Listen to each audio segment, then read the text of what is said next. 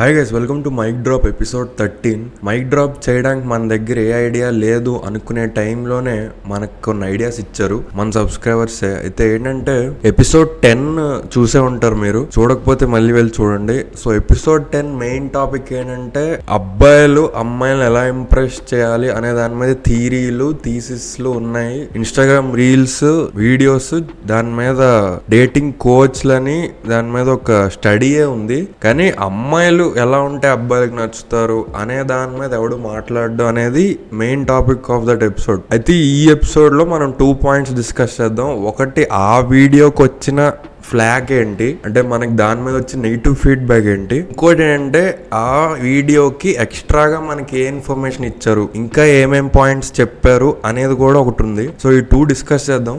First ఆ ఎపిసోడ్కి మనకి ఏ negative feedback వచ్చిందో అది డిస్కస్ చేద్దాం. అందులో నేనేమన్నానంటే, మనం అమ్మాయిల వెంట అబ్బాయిలు పడతారు కానీ అబ్బాయిల వెంట అమ్మాయిలు పడరు, పడినా కూడా అది వర్స్ట్ గా చూస్తారు, ఇది మనం పేట్రియార్కీ సిస్టమే, ఇది నేచరే, బట్ దీని మీద అమ్మాయిలు ఎప్పుడు రివోల్ట్ చేయరు, అది ఇదని, లేదా వాళ్ళకి నచ్చితే వాళ్ళు ఫస్ట్ ఎందుకు అప్రోచ్ అవ్వరు అనేది మాట్లాడారు. అయితే దానికి ఏమన్నారంటే, అసలు మిమ్మల్ని ఎవరు వెంట పడమన్నారు అంటున్నారు, రిజెక్ట్ చేస్తే మూసుకొని వెళ్ళిపోవాలి కదా, ఇంకా వెంటపడి ఎందుకు హింసిస్తారు అని చెప్పి వచ్చింది ఒక ఫీడ్బ్యాక్. అయితే ఫస్ట్ ఆఫ్ ఆల్ వెంట తిప్పించుకుంటుంది ఎవరు అనేది నా క్వశ్చన్. ఇప్పుడు వెంట పడ్డాలు, హింసించడాలు, యాసిడ్ పోసేడాలు, క్రైమ్స్ చేయడాలు అనేది మైనర్, అదొక minor section of men. Majority అలా లేరు కదా. మెజారిటీ ఏంటంటే రిజెక్ట్ చేయగానే ఏం చేయాలో తెలియక, దాన్ని ఎలా ప్రాసెస్ చేసుకోవాలో తెలియక మందు సిగరెట్లకి అలవాటు అయిపోయి దేవదాసులు అయిపోయి, లేదా డిప్రెషన్ లోకి వెళ్ళిపోయి, లేదా వాళ్ళ మెసేజ్ కోసం ఎదురు చూస్తూ ఇంకా ఏదో ట్రై చేద్దాం, ఇంకేమన్నా ఒప్పిస్తే ఒప్పుకుంటారేమో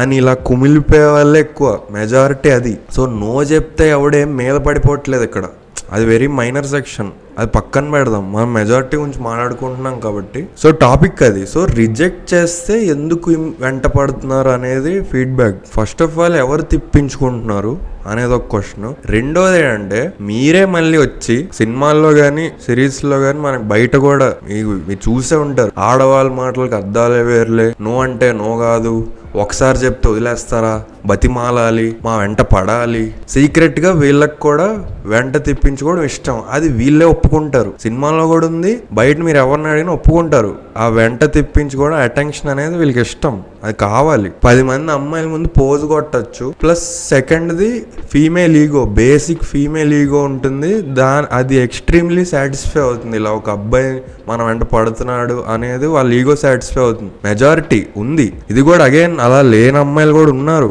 సో పక్కన పెట్టి మెజారిటీ గురించి మాట్లాడుకుంటున్నాం కాబట్టి, సో వాళ్ళకి కూడా ఇదే కావాలి. అది మీరు మార్చుకోండి. ఫస్ట్ మీరు నో అంటే నో స్ట్రిక్ట్ గా ఎలా చెప్పాలి, ఎలా చెప్తే అర్థం అవుతుంది, ఎలా చెప్తే మళ్ళీ వాళ్ళు పర్స్యూ చేయడం మానేస్తారు అనేది మీకు తెలుసు. కానీ మీరు అలా చెప్పరు, మీరేంటంటే ఇలా ఇలా ఇలా ఆడుకుంటారు అనమాట. వాడిని లాస్ట్ కి దొబ్బే అంటారు. సో ఎందుకు వెంట పడతారు రిజెక్ట్ చేసిన అనే దానికి నా ఎక్స్ప్లెనేషన్ అయితే ఇది. ఎందుకంటే ఫస్ట్ ఆఫ్ ఆల్ కంట్రోల్ మీ చేతిలోనే ఉంటుంది, అది అబ్బాయిల చేతిలో ఉండదు. ఎప్పుడు కంట్రోల్ మీ చేతిలోనే ఉంటుంది. ఎలా అవాయిడ్ చేయాలి, ఎలా మ్యానిపులేట్ చేయాలి, ఎలా రిజెక్ట్ చేయాలి, ఎలా యాక్సెప్ట్ చేయాలి, అన్నీ మీ చేతిలోనే ఉంది. సో అవుట్కమ్ మీ చేతిలోనే ఉన్నప్పుడు అది మీరెందుకు ఇలా చేస్తున్నారు అనేదానికి క్వశ్చన్ లేదు. రెండో ఫీడ్బ్యాక్ ఏంటంటే, బేసిక్ ఇది డోంట్ జనరలైజ్ అనేది.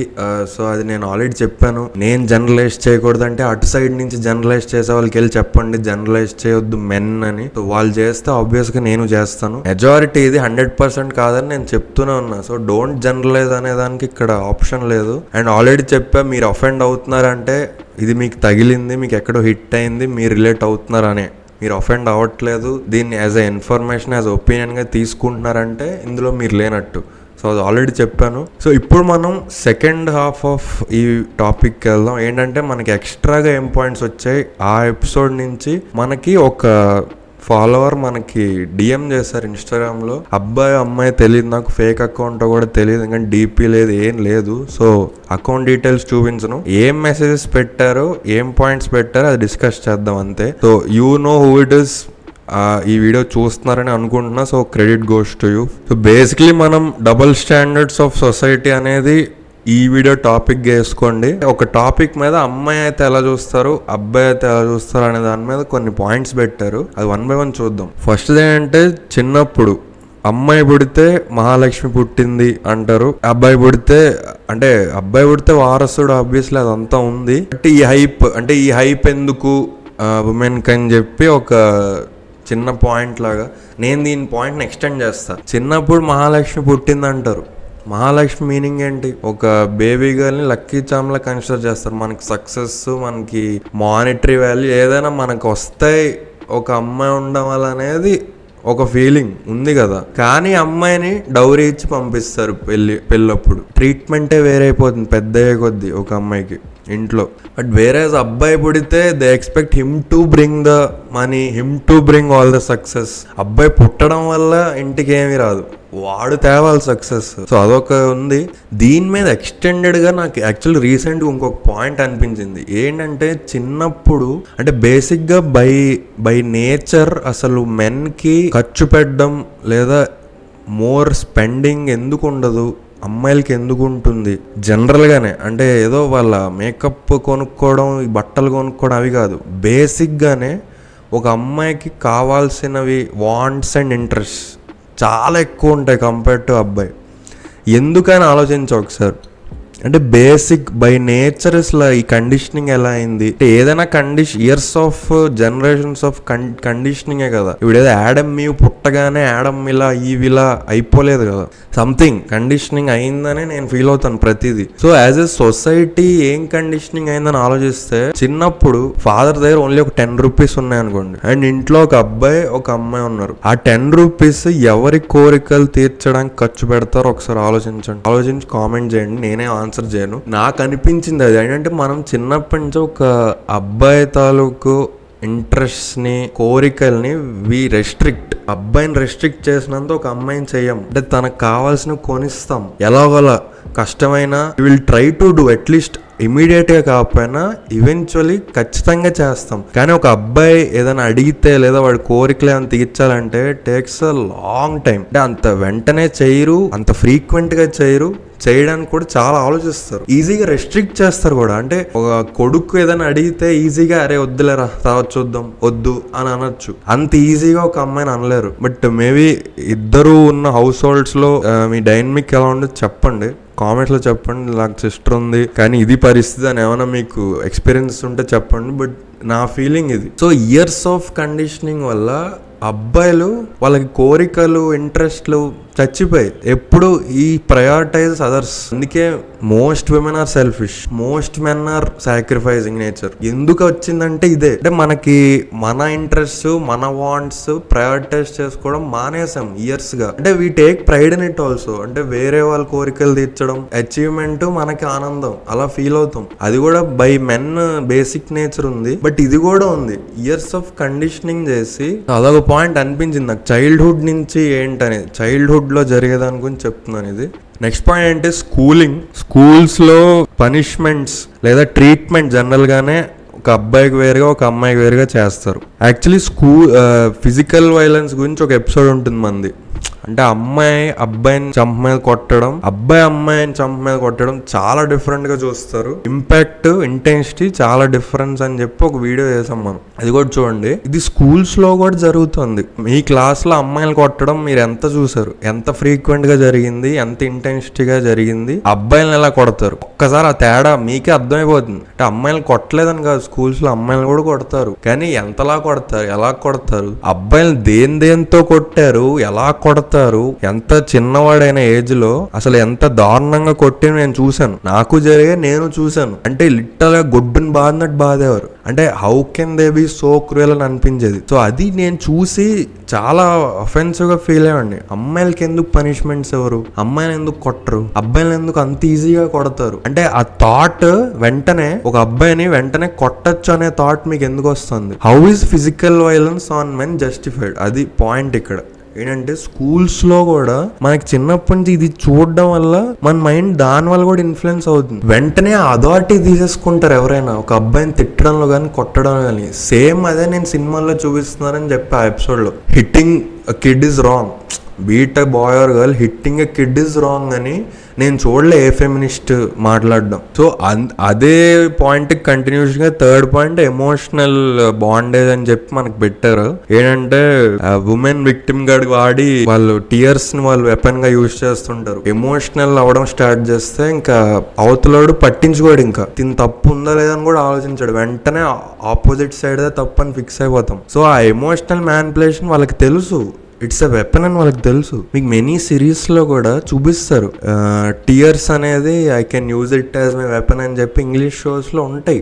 ఎమోషనల్ మ్యానిపులేషన్ చేసే అమ్మాయిలు అంత వర్స్ట్ ఇంకెవరు ఉండరని నా ఫీలింగ్. నెక్స్ట్ ఫోర్త్ పాయింట్ ఏం చెప్పారంటే, ఒక అబ్బాయి పెళ్లి చేసుకోపోతే ఒంటికాయ సొంటికోమగాడు అంటారు, అది ఇది అంటారు. అమ్మాయి మ్యారేజ్ చేసుకోపోతే ఇండిపెండెంట్ ఉమెన్ ప్యాషన్ కోసం ఒక పాయింట్. సక్సెస్ అయ్యి పెళ్లి చేసుకొని ఒక ఫ్యామిలీ ఫామ్ చేయడం అనేది ఒక మ్యాన్స్ ఎండ్ గోల్ లా చూపిస్తారు మనకి, అలాగే చెప్తారు కూడా. కానీ women's end goal is anything what she wants to be. వాడు ఏం సాధించినా కూడా పేరెంట్స్ సొసైటీ ఏమంటారంటే నువ్వు పెళ్లి చేసుకొని పిల్లలు కండమే నీకు సాల్వేషన్ లా చెప్తారు. సపోజ్ క్రికెటర్స్ ఎగ్జాంపుల్ తీసుకుందాం. సపోజ్ విరాట్ కోహ్లీకి పెళ్ళి అవ్వలేదు అనుకోండి, విరాట్ కోహ్లీ ఉన్నాడు, అమ్మాయిల దాంట్లో స్మృతి మందన ఉంది. ఇప్పుడు మీరు వెళ్ళి విరాట్ కోహ్లీకి ఏం చెప్తారు ఏమైనా చెప్పాలి అంటే, కెరీర్ లైఫ్ సజెషన్ ఏమైనా ఇవ్వాలంటే, బ్రో నువ్వు సపోజ్ పెళ్లి కాలేదు అనుకో ఏం చెప్తారు, బ్రో ఇంకా నెక్స్ట్ ఏంటి ఏదో ఒక అమ్మాయిని చూసుకొని పెళ్లి చేసుకోవడమేగా అంటారు. సేమ్ వెళ్ళి స్మృతి మందనకు అంటారా? మీరు కూడా మీ ఫ్రెండ్స్ లోకి వెళ్ళి ఒక అబ్బాయిని ఒక అమ్మాయిని అడగండి,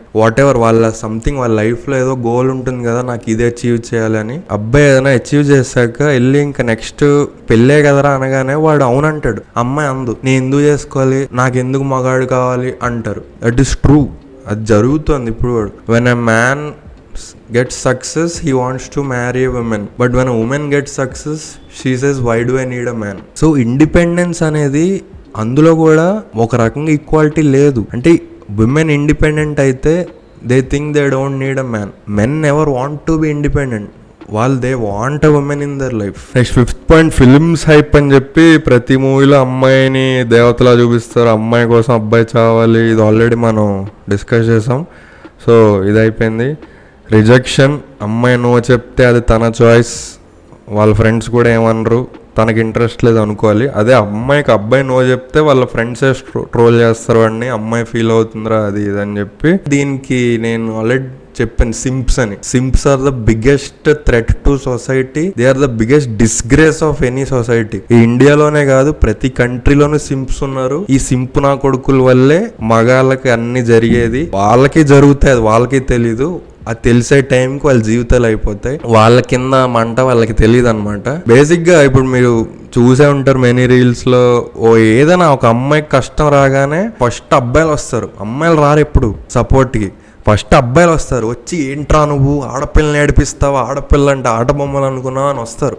ఆ బ్యాచ్ వాళ్ళు ఏంటంటే మినిమం ఫస్ట్ విందాం, బోత్ సైడ్స్ మ్యాటర్ ఏంటని విందాం అని కూడా ఉండదు.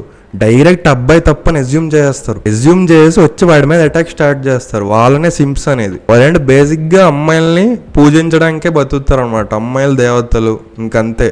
అది వాళ్ళ బతికే. అది ఇన్స్టాగ్రామ్ మోడల్స్ ఫోటోలు కామెంట్లు చేసేవాళ్ళు, వాళ్ళ సబ్స్క్రిప్షన్లు తీసుకునే వాళ్ళు, వీళ్ళందరూ సింప్ గా ఓన్లీ ఫ్యాన్స్ సబ్స్క్రిప్షన్లు తీసుకునే వాళ్ళు, కామెంట్స్ లో you are angel, you are beautiful ఈ కామెంట్స్ పెట్టేవాళ్ళు, వీళ్ళనే సింప్స్ అనేది. సో అదొక సింప్ పాయింట్ మనం ఆల్రెడీ డిస్కస్ చేసాం. నెక్స్ట్ అదే దానికి ఇంకా లాస్ట్ పాయింట్ మనకి ఇంటిమసీ గురించి చెప్పారు. అమ్మాయికి ఇంట్రెస్ట్ లేకపోతే కన్సెంట్ అని పెద్ద పెద్ద మూవీస్ తీశారు. అదే అబ్బాయికి ఇంట్రెస్ట్ లేకపోతే వాడికి చేత కాదు, కోల్డ్ అని వాడారు. బట్ యా అది మన తెలుగులో చేత కాదు, వాట్ ఎవర్ అవన్నీ. సో ఇది లాస్ట్ పాయింట్, ఇది కూడా మనం డిస్కస్ చేద్దాం. ఇది ఈ పాయింట్ ఎంత పీక్ రీచ్ అయిందంటే మొన్నే చూసా, నాకు తెలిసి యూరోప్ లో అనుకుంటా, ఒక అబ్బాయి సెక్స్ చేసుకున్నాక ఆ అమ్మాయి వచ్చి ఇది నా కన్సెంట్ తో జరగలేదని చెప్తే వాడి మీద రేప్ కేసు ఫైల్ చేసేచ్చంట. అంటే ఎంత పీక్ రీచ్ అయిందో ఈ సింప్ గల్ ఇది డీజెనరసీ, ఎంత పీక్ రీచ్ అయిందో మీకు అర్థం చేసుకోవచ్చు. ఈ కోర్ట్స్ లో ఉండే జడ్జిలు కూడా సింపుల్ గాలే,